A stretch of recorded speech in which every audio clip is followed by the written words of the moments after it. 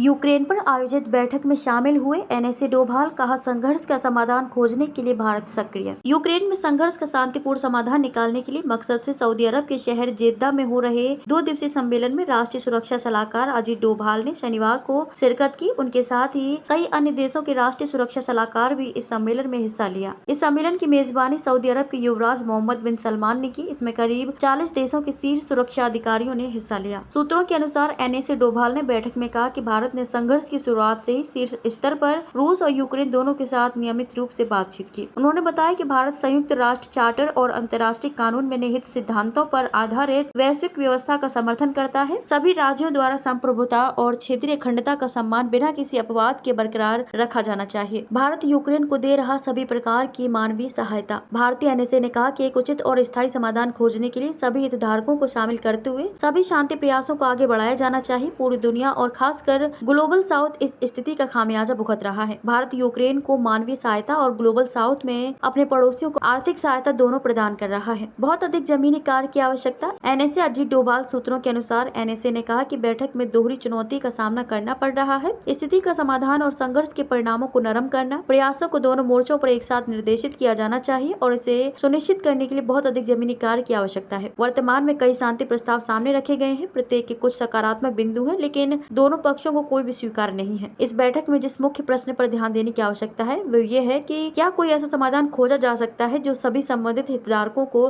स्वीकार्य हो। उन्होंने इस बात पर जोर देते हुए कहा कि भारत स्थायी और व्यापक समाधान खोजने के लिए एक सक्रिय और इच्छुक भागीदारी बना रहेगा। ऐसे परिणाम से अधिक खुशी और संतुष्टि भारत को कोई और चीज नहीं दे सकती।